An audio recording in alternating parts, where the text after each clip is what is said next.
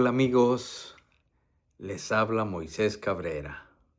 En este 12 de enero del año 2026, para hablarles del tema soberanía. Esto es comentarios de valor. Para todos ustedes, comentarios de valor sobre lo que significa la soberanía de un país. En estos días se está hablando mucho de la soberanía de Venezuela, de México y de otros países. Todo mundo habla de soberanía. Pero, ¿qué significa la palabra soberanía? Les doy un comentario de lo que significa la soberanía de acuerdo a una definición que tengo para ustedes. La soberanía es, en esencia, la autoridad suprema que se tiene en un país para gobernarse a sí mismo, sin interferencias externas. Es lo que permite que un país sea independiente y tenga la última palabra dentro de su territorio. Eso es. Para explicarle a usted de una manera más clara, quiero hacer una división en dos partes de lo que es la soberanía. La soberanía interna de un país es la facultad que tiene el Estado para crear sus propias leyes, cobrar impuestos, administrar justicia y mantener el orden. Significa que ninguna organización o persona dentro del país está por encima de la ley del Estado. Entonces, desde el pacto social del cual habló Rousseau, Jacob Rousseau, él habló de uno de los 3 libros que escribió, y él dice que el Estado tiene un pacto social a través de sus leyes para gobernarse a sí mismo. Así es que una constitución en un país sería el pacto social. Luego esa constitución forma leyes especializándose en cada una de sus áreas. ¿Qué significa entonces la soberanía externa? Es donde el país se independiza frente a otros países. Esto significa que ningún otro estado puede dictar qué debe hacer el país o intervenir en las decisiones internas de otro país. En el derecho internacional, esto se traduce como igualdad soberana. Es decir, un país es soberano, pero el otro también lo es. Todos los países tienen el mismo valor legal, la misma importancia, aunque el tamaño de tierra y de personas sea uno más grande y otro más pequeño. Tal soberanía está en igualdad de circunstancias. Eso de acuerdo al derecho internacional. Bueno, así es que seguimos. Ahora, vamos a hablar de la soberanía nacional. Es el poder que pertenece a una nación como a una entidad, el Estado, el pueblo, la nación, la etnia, que ejerce en su gobierno con sus representantes, con sus autoridades, para ejercer ese poder de gobernanza interna. La soberanía popular consiste o reside directamente en el pueblo. Esto significa que los ciudadanos son los que validan al gobierno mediante el voto y procesos democráticos en base a las democracias modernas. Eso sería un Estado moderno. Así es que ahora hay límites de territorio, hay una población y hay un gobierno establecido. Así es que el Estado tiene esas tres partes, por decirlo de una manera: territorio, delimitación, fronteras; población, que pertenecen a ese territorio; y el gobierno, para establecer la administración pública de justicia en ese país, en ese estado, en esa etnia. Hoy en día la soberanía no es absoluta ni ilimitada. Los países aceptan ciertos límites por el bien común.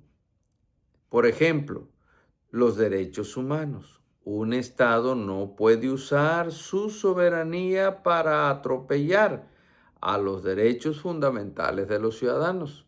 Por ejemplo, que digamos que un Estado dice, pues, no me gusta que haya tanta población, voy a ir eliminando eh, segmentos de la población, o ir purificando la población, o ir deshaciéndose, por ejemplo, de los pobres, o ir quitándose de todos los que tienen ciertas características físicas.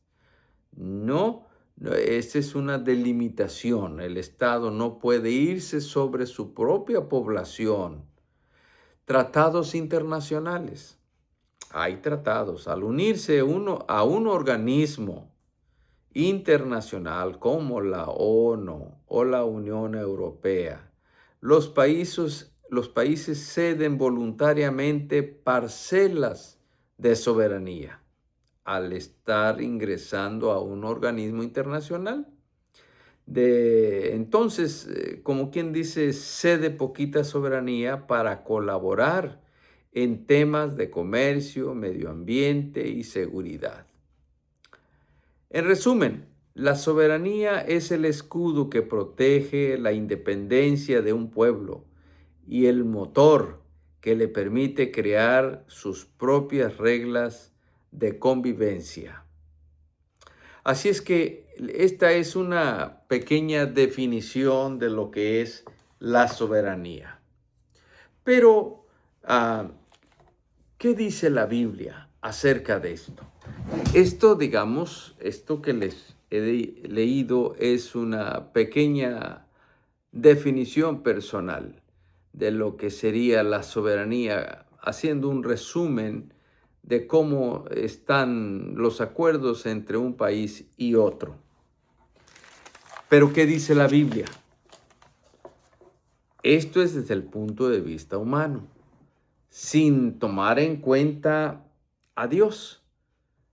Pero Dios también le dio a la gente, le dio a Adán y a Eva, la primera pareja, el primer matrimonio. En Génesis 1:28 nos dice que les dio facultades de multiplicarse, de henchir la tierra, sojuzgadla y señoread en toda la tierra, aún en las bestias, en los peces, en las aves, en todo. Señorear. Ahora, eso es lo que hace un gobierno en un territorio: señorear, gobernar, porque se requiere la gobernanza en un pueblo, en una etnia, en una nación, en un estado. Pero a veces las personas se desbordan en su conducta, le hacen daño a otras personas. Es por eso que se requiere un gobierno. Pero Dios interviene también, aun cuando ese estado o ese gobierno no hace lo correcto. Comencemos con los tiempos de Noé. En esos tiempos incipientes de la historia de la humanidad, no estaban tan organizados como ahora, en este tiempo. Pero la maldad se había extendido tanto, que a Dios no le gustó cómo se estaban manejando las personas. Dice las Escrituras en Génesis 6 que había mucha corrupción, mucha maldad entre los hombres. Tanto que Dios decidió voy a acabar con todos, excepto Noé y sus 3 hijos y las esposas de los mismos. Él estuvo anunciando, predicando por muchos años, por 100 años. Por cierto, nadie le hizo caso, pero construyó el arca para salvar a un remanente de personas y empezar otra vez a formar la tierra. Y empezaron nuevamente a multiplicarse después del diluvio. Pero aquí vemos cómo Dios interviene. Es decir, Dios le había dado a la gente facultades de multiplicarse, se habían multiplicado, pero la maldad había crecido mucho. Luego viene otra vez esa multiplicación de personas y viene la construcción de la Torre de Babel, el capítulo 12 del Génesis. Y también se estaban desbordando ya. Dios tuvo que confundir las lenguas. Dios interviene otra vez para que la sociedad tome un rumbo de multiplicación correcto, sin extremos, sin maldades. Bueno, la gente se dispersó, se crearon nuevas lenguas, nuevas formas de comunicación y siguió la gente adelante. Con los años, pasaron cientos de años y luego vino otra vez el desvío de la sociedad y de la gente. Nos narra las escrituras a Sodoma y Gomorra, ya tomando conductas muy contrarias a lo que Dios había establecido. Y Dios interviene. Desde luego manda ángeles a avisar a Abraham de esto. Le avisaron a Lot que saliera de la ciudad. Él obedeció, salió de la ciudad y Dios mandó fuego del cielo. Es una de las veces que Dios intervino de esa manera. Anteriormente había intervenido con el diluvio, pero el diluvio no más. De hecho, está el arco iris, que significa que Dios ya no iba a destruir el mundo con agua. Bueno, pues entonces ya no lo podía hacer así. Ya no podía haber 2 diluvios o 3 diluvios, nomás uno. Vino el momento en que Dios interviene y destruye las ciudades de Sodoma y Gomorra. ¿Y por qué? Porque el mundo tenía que seguir adelante hasta llegar a nuestros días y el plan de Dios de salvar a la humanidad. Sigue entonces la historia con Sodoma y Gomorra. Dios les manda su estate quieto, por decirlo de alguna manera más suave, y sigue el transcurso de la historia. Dios había escogido a Abraham para fundar un pueblo, llegó un tiempo de hambruna, se fueron a refugiar a Egipto, pero Dios interviene en Egipto con años de abundancia y años de escasez. Dios interviene, manda mensaje.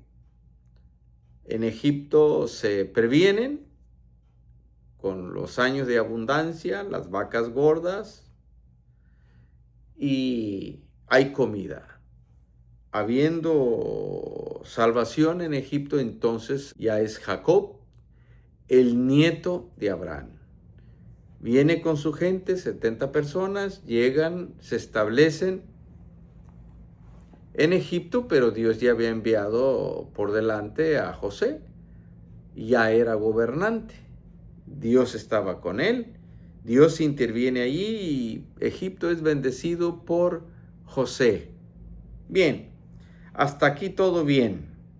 Pero llegó un rey, un faraón, que no conocía a José en otra generación, que desconoció a José. Por eso es importante conocer la historia y no vivir y olvidarse. En este caso, los egipcios no tenían clara la historia de José. Ya vinieron otros faraones y mandaron suprimir la vida de los niños bebés, que no nacieran. A Dios no le gustó eso. A Dios no le gustó. Entre ellos nació Moisés y Dios bendijo a su pueblo a través de Moisés. Dios hizo milagros en la vida de este niño. Lo mandó al palacio para que aprendiera toda la cultura, tuviera buena educación, escritura, porque este niño habría de escribir la ley más adelante y habría de sacar al pueblo. Entonces Dios lo preparó. Dios lo tiene todo preparado. Así es que aquí hay una intervención de Dios en un país soberano, como era Egipto, porque tenía un rey y tenía sus leyes, sus formas de gobernanza.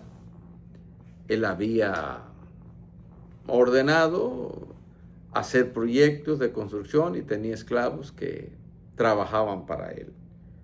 Pero la esclavitud era muy fuerte, era muy grande. Entonces, aquí sucede algo maravilloso. Dios interviene en la soberanía de Egipto, porque había un rey que estaba gobernando. Dios llamó a Moisés a su tiempo para guiar a su pueblo. Y porque el pueblo estaba gimiendo y pidiendo libertad. Esta es una manera como la Biblia presenta que Dios interviene.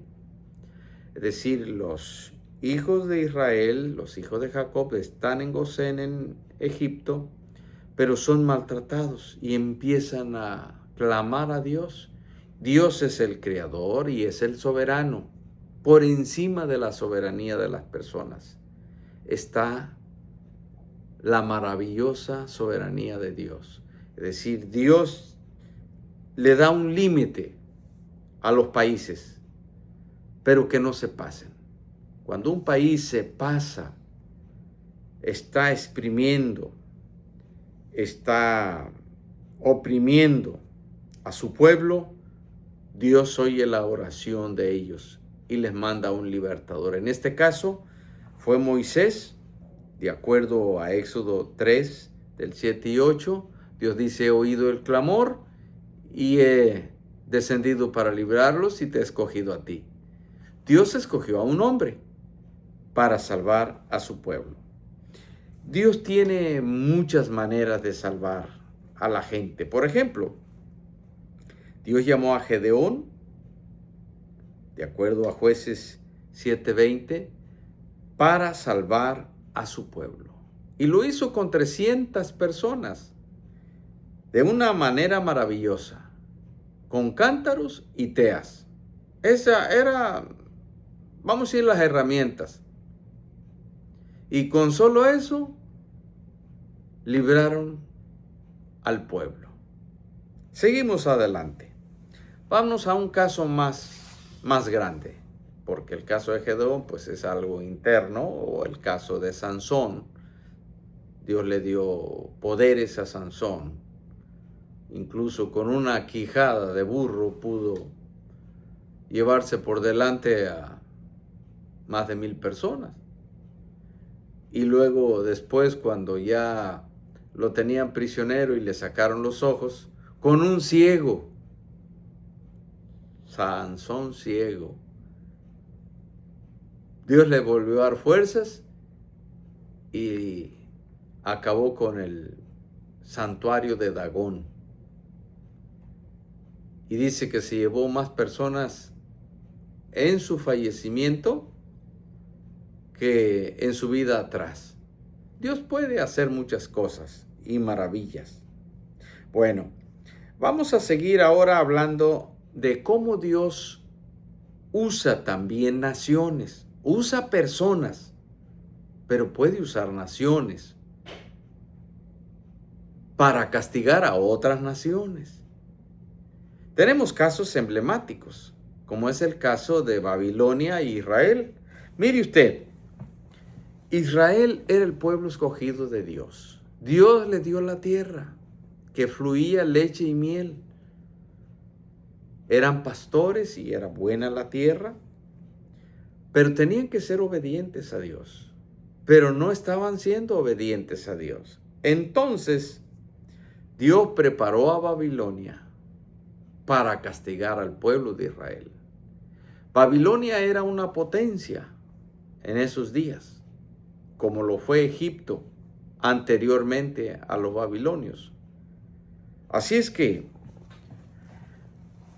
Dios escoge al rey Nabucodonosor y le dice que Nabucodonosor es su siervo. Ahora, eso en teología y desde el punto de vista judeo-cristiano, pues algunos van a tener muchas interrogaciones y más de uno va a levantar sus cejas, porque ¿cómo es posible que una nación soberana, un reino soberano como el de Babilonia, venga contra el pueblo de Dios en Jerusalén, destruya la ciudad y se lleve cautiva la juventud, sobre todo la juventud, los príncipes? Dios tiene una soberanía extraordinaria, maravillosa y todopoderosa. Por eso los cristianos, cuando oímos cosas como las que están pasando ahora desde el 3 de enero para acá y en estos primeros 15 días de enero, que se habla de violación de soberanía, a veces Dios interviene y está en las Escrituras. Por ejemplo, hasta en su pueblo. ¿Y saben cómo se expresa la Biblia o Dios, cómo se expresa de Nabucodonosor? Dice Dios en Jeremías 25:9 que el rey de Babilonia, Nabucodonosor, le llama a Dios mi siervo, mi siervo. Un siervo es aquel que obedece. A pesar de que Babilonia era un imperio grande ya, Dios lo había hecho grande. Por cierto, que Nabucodonosor al ver la ciudad se ensoberbeció y dijo, esta ciudad tan hermosa que yo he construido. Se le subió, pues, se le subió. Y Dios le dijo, bueno, te vas a ir al campo. Y estuvo un tiempo en el campo y le salió pelo como los bestias del campo. Después Dios le recobró otra vez su memoria y su razonamiento y volvió. Y para honrar al Dios de los cielos. Es maravilloso entender esto de la soberanía. Entonces podemos estar diciendo que la soberanía de un país es limitada. Por encima de la soberanía de un país está la soberanía del alto Dios, todopoderoso. Y Dios interviene cuando el pueblo se pasa, igual que lo hizo en Egipto. Los egipcios les pasó la mano, oprimían pues a los israelitas. Dios intervino y los sacó.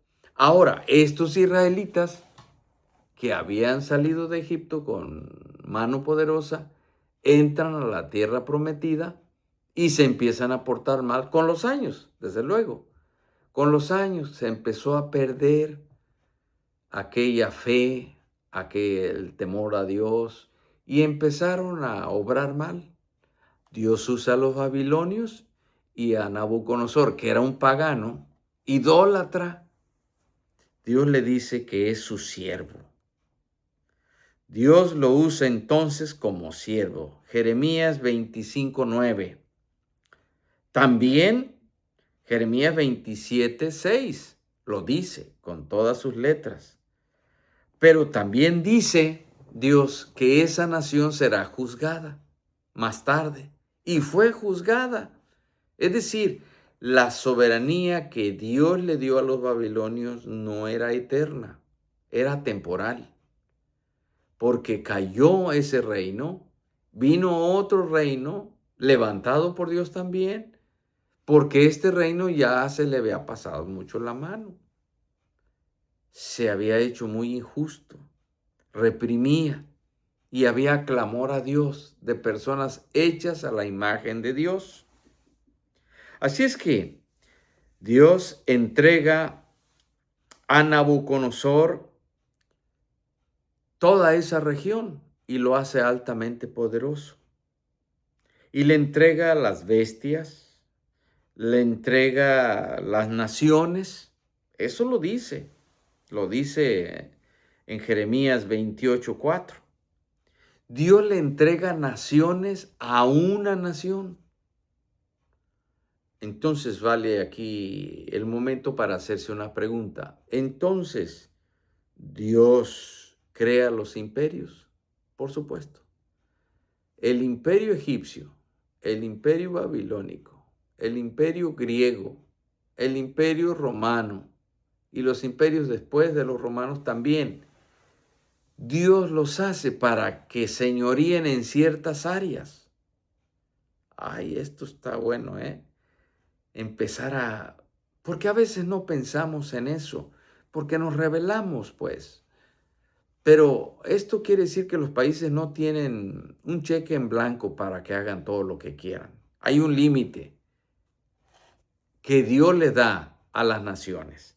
No pueden hacer todo lo que quieran. Entonces, dice la Escritura que un día Dios iba a quebrar ese yugo de los babilonios, porque se iba a ensoberbecer sobre las naciones, que iban a estar bajo su reino, bajo su imperio, bajo su poder.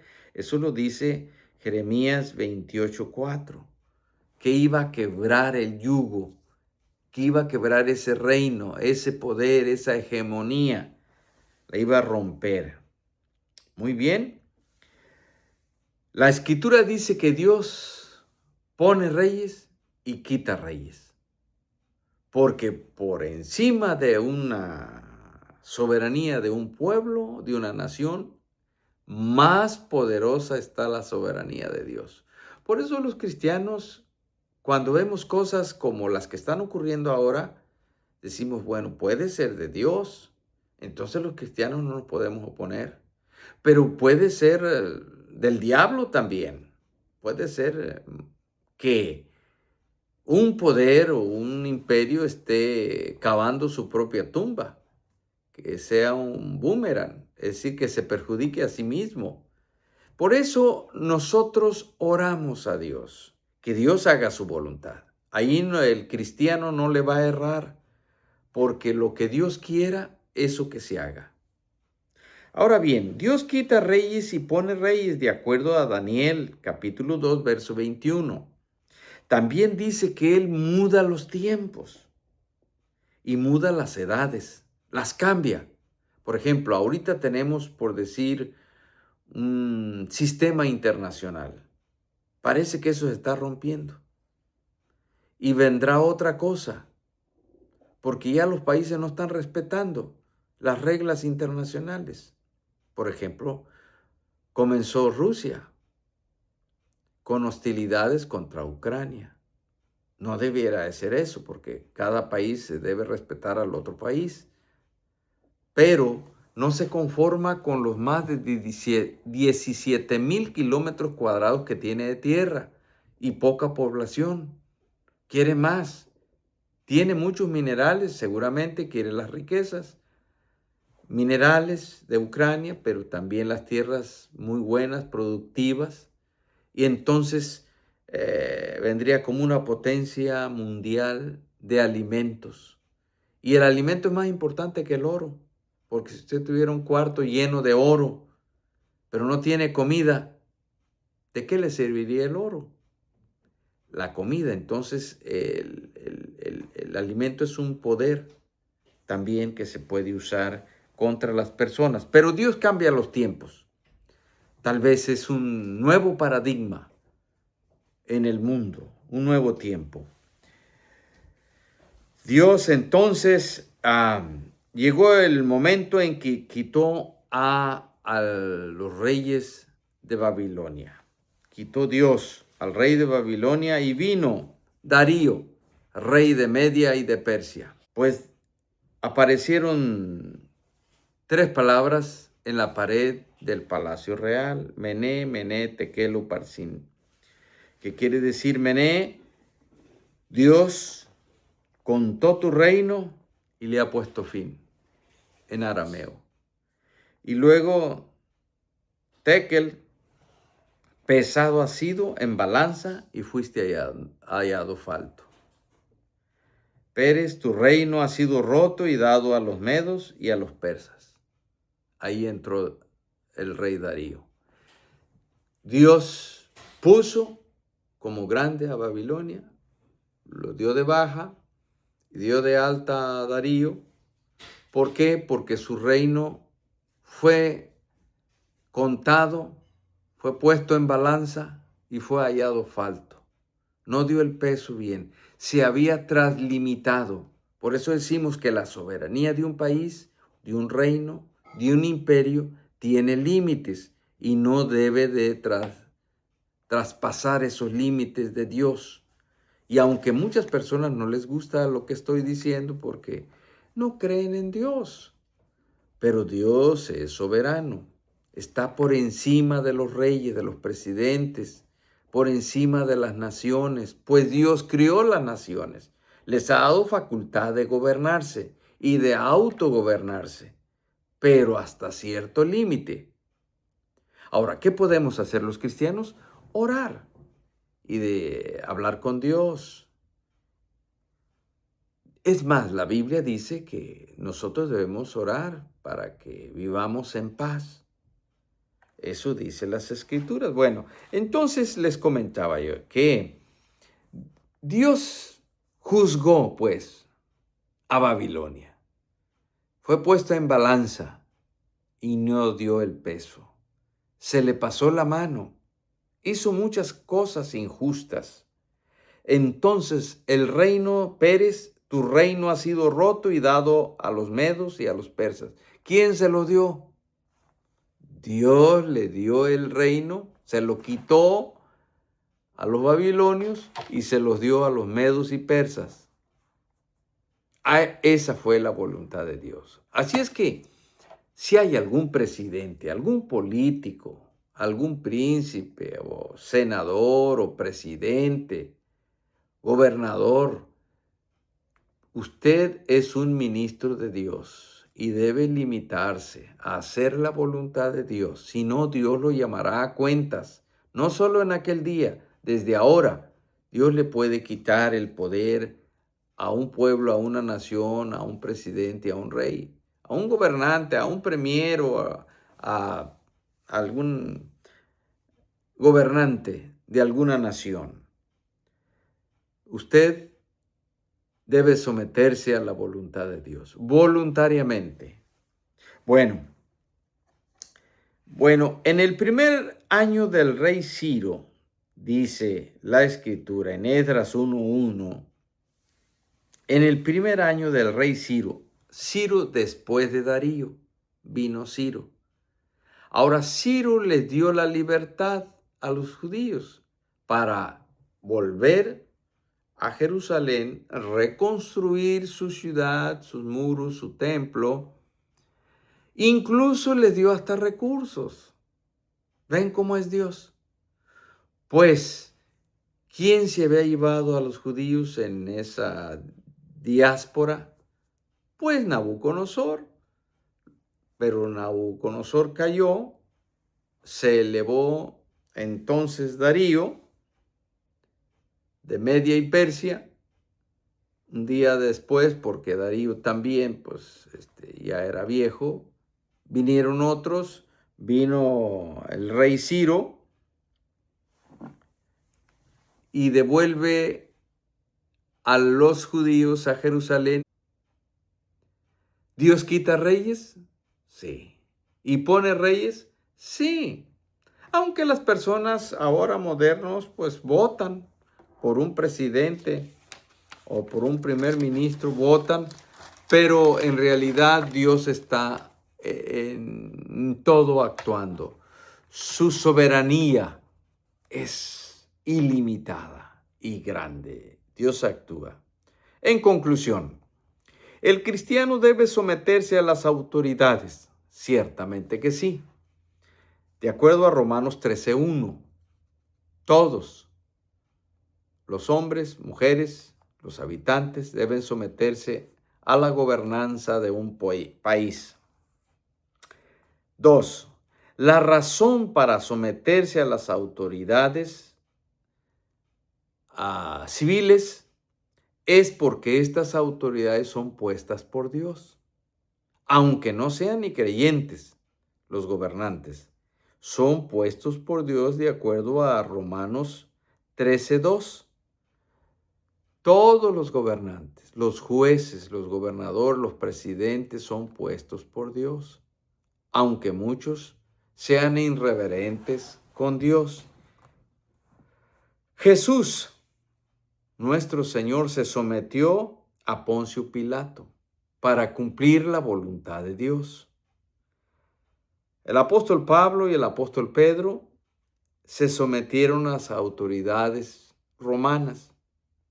Según la historia, que les quitaron la vida, tanto a Pablo como a Pedro, pero ellos se sometieron al gobierno. No hicieron una revuelta, no armaron una gavilla rebelde para oponerse contra la autoridad, no, porque el cristiano sabe que la sabiduría y el poder y la verdadera soberanía es la de Dios, porque dirige el mundo y todas las cosas. Un país puede caer y sus autoridades, y puede venir otro y toma posesión.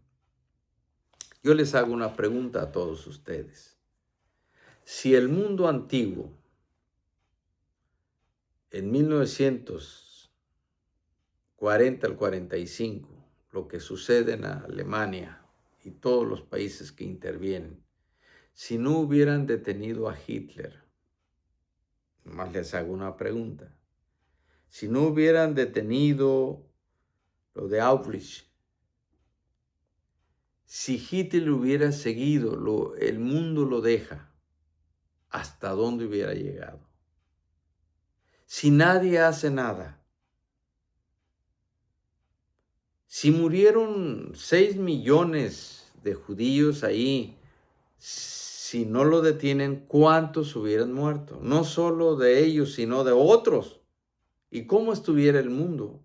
Y hasta dónde fuera. Pero hubo una alianza, ¿verdad? Para detener esta cosa que era tremenda, que todavía nos horroriza en estos días. Así es que la Escritura dice que oremos, y eso podemos hacer. Desde luego, las iglesias no se meten en la política, pero sus miembros pueden ser autoridades políticas, postularse para un cargo, pueden ser jueces o ser policías, es decir, pueden participar para formar un gobierno más justo, porque hay de gobiernos a gobiernos. Hay unos más justos, pero no son completamente justos. Hay unos más malvados que oprimen a la ciudadanía. Entonces, Dios interviene. Ha habido imperios. Roma hizo un buen trabajo durante muchos siglos, permaneció, fue de los que perduró más, pero también tuvo que caer porque también volvió a rebelarse y a no seguir la justicia, y el bien se traslimitó y Dios lo hizo caer. Así es que hay imperios creados por Dios para gobernar el mundo o cierta región del mundo. La respuesta es sí, sí hay. No nos gusta, pues yo no quiero que le hagan nada a mi país, ni al otro país, ni al otro, ni al otro. Pero a veces están ocurriendo cosas muy terribles. ¿Qué debemos hacer para no equivocarnos? Orar. El que ora a Dios le da entrega a Dios su vida, su patria, y que se haga la voluntad de Dios. Dios también llama a cuentas, como lo hizo con Babilonia. Lo llamó a cuentas y le puso al final una buena reprimenda. Le dijo, aquí no va a habitar nadie porque no te portaste bien. Habrá soledad y hasta hoy día hay soledad. Amigos, estos son los comentarios de valor para ustedes. Espero sus comentarios. Pueden hacer sus preguntas, dar sus opiniones. Esto es comentarios de valor.